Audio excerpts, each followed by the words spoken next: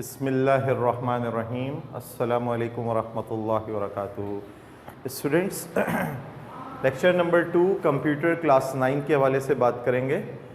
पिछली क्लास के अंदर हमने बात की थी कि कंप्यूटर जो है एक इलेक्ट्रॉनिक डिवाइस होता है, इलेक्ट्रिसिटी से रन होता है। इसके अलावा बात हुई थी कि ये it works with in amazingly fast speed. अपनी फास्ट स्पीड की वजह से ये मशहूर है, तभी हमारी डेली लाइफ का हिस्सा बन गया है।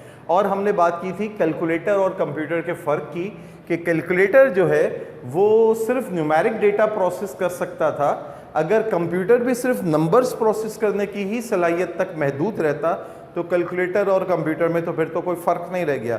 तो शुरू में तो कंप्यूटर न्यूमेरिक नंबर्स की प्रोसेसिंग से आगाज़ हुआ और फिर होते होते आप यूँ समझ ले अल्फ़ाबेट्स की प्रोसेसिंग भी की, नंबर्स की भी की, पिक्चर्स की भी की, और अब जो है आज का जो कंप्यूटर है वो वीडियो प्रोसेसिंग भी कर रहा है, ऑडियो प्रोसेसिंग भी कर रहा है, और इसके अलावा डिफरेंट किस्म की कॉम्बिनेशन ऑफ दीज जो समझ ले मीडिया उसकी प्रोसेसिंग भी कर रहा है।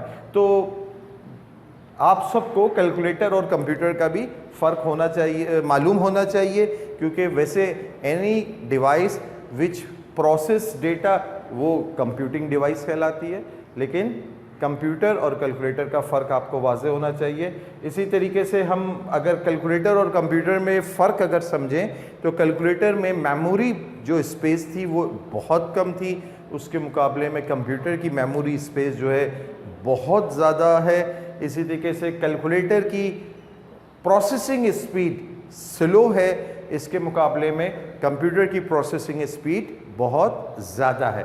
तो कभी आपसे अगर कैलकुलेटर और कंप्यूटर का फ़र्क पूछ लिया जाए तो ये 3 पॉइंट्स आप अपने जहन में कंपैरिजन पेश कर सकते हैं। नाउ प्रोसेसिंग की बात भी हमारी हुई थी कि प्रोसेसिंग जो है कोई एक सिंगल मीनिंग नहीं रखता।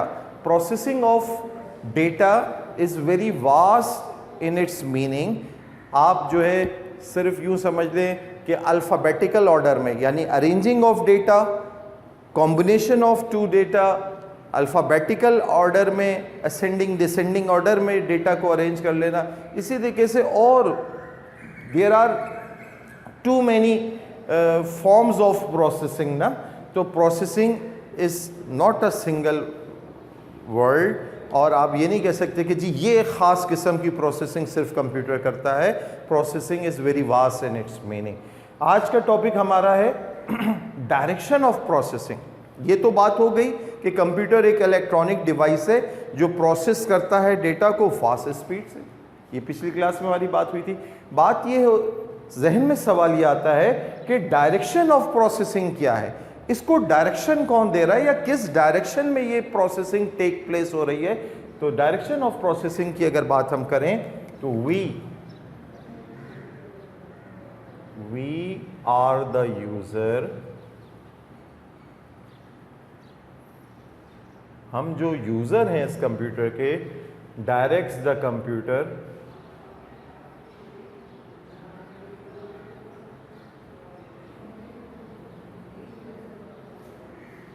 what to do।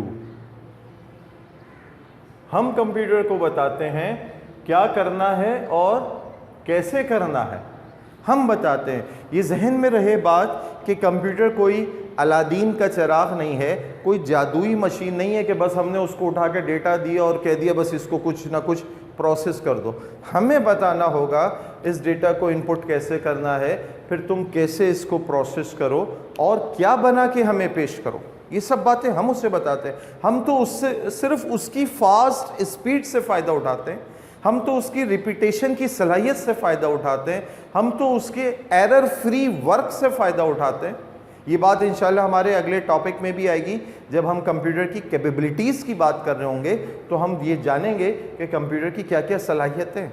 तो उन सलाहियतों से तो हम फ़ायदा उठा रहे होते हैं, लेकिन ये जहन में रहे कि कंप्यूटर जो है इस चीज़ का मोहताज है इंसान का कि वो उसको ऑन करे, ऑफ करे, या उसको प्रोग्राम करे, उसको डायरेक्शन बताए कि तुम इस डायरेक्शन में प्रोसेसिंग करो। मैं एक कंप्यूटर को अगर 5 सब्जेक्ट्स के मार्क्स इंटर कर देता हूँ अपने किसी भी टेस्ट के 5 टेस्ट के मार्क्स या 5 सब्जेक्ट्स के मार्क्स दे देता हूँ, तो कंप्यूटर को तो नहीं मालूम कि ग्रैंड टोटल क्या है, परसेंटेज कैसे निकालनी है और किस परसेंटेज पे क्या ग्रेड असाइन होना है, फिर वो पास कहलाएगा या फेल कहलाएगा, रिमार्क्स क्या देने हैं, इससे अगला काम क्या करना है। ये सारी बातें इंस्ट्रक्शंस मैं कंप्यूटर को देता हूं।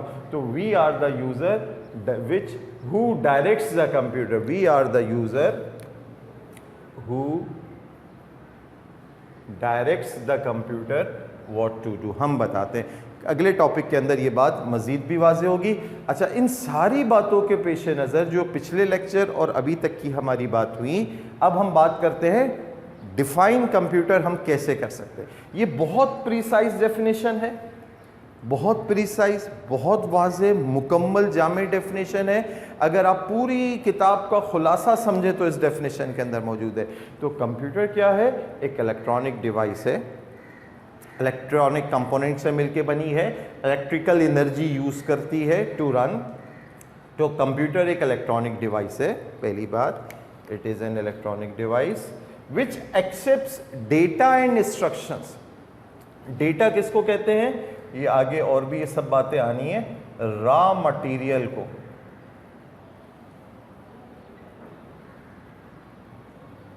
Raw material is called as data.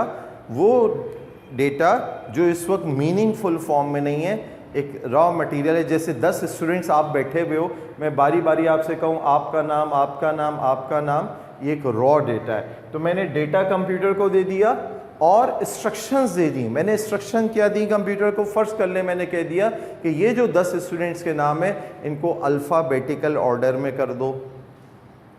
अब ये जो डेटा था और इंस्ट्रक्शंस मैंने कंप्यूटर में कैसे दी? कोई ना कोई प्रोग्राम की शक्ल में दिए, किसी प्रोग्राम के अंदर रहते हुए डेटा फीड किया है और उस प्रोग्राम के अंदर जो फंक्शन है उसको यूज़ किया है कि इसको अल्फ़ाबेटिकल ऑर्डर में कर दो। ये एक बतौर इनपुट, इनपुट के मतलब डेटा हम इंटर कर रहे हैं, इंस्ट्रक्शंस इनपुट कर रहे हैं, एज इनपुट करते हैं। कंप्यूटर क्या करता है? प्रोसेस करता है उस डेटा को, उस रॉ मटेरियल को वो प्रोसेस करता है अकॉर्डिंग टू गिवन इंस्ट्रक्शंस।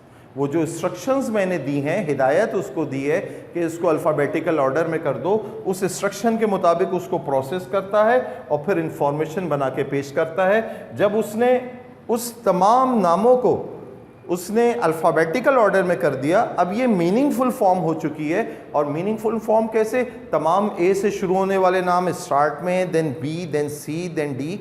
अब मैं बड़े आराम से उस डेटा को देख के बता सकता हूँ कि इसमें एस से शुरू होने वाला कोई नाम है या नहीं, बी से शुरू होने वाले नाम को कहाँ मैंने देखना है, नज़र आ रहा है।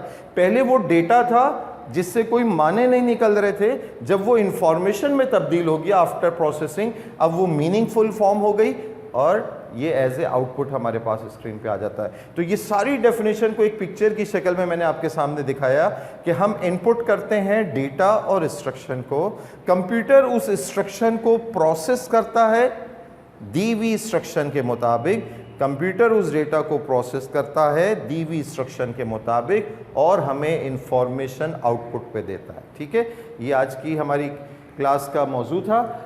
कंप्लीट डेफिनेशन आपके सामने आ गई, इसको बार बार दोहराएं। ये डेफिनेशन अच्छी सी आपको याद होनी चाहिए डायग्राम के साथ। डिटेल इंशाअल्लाह ताला और आगे लेक्चर्स में आती रहेंगी। अस्सलाम वालेकुम रहमतुल्लाहि व बरकातुहू।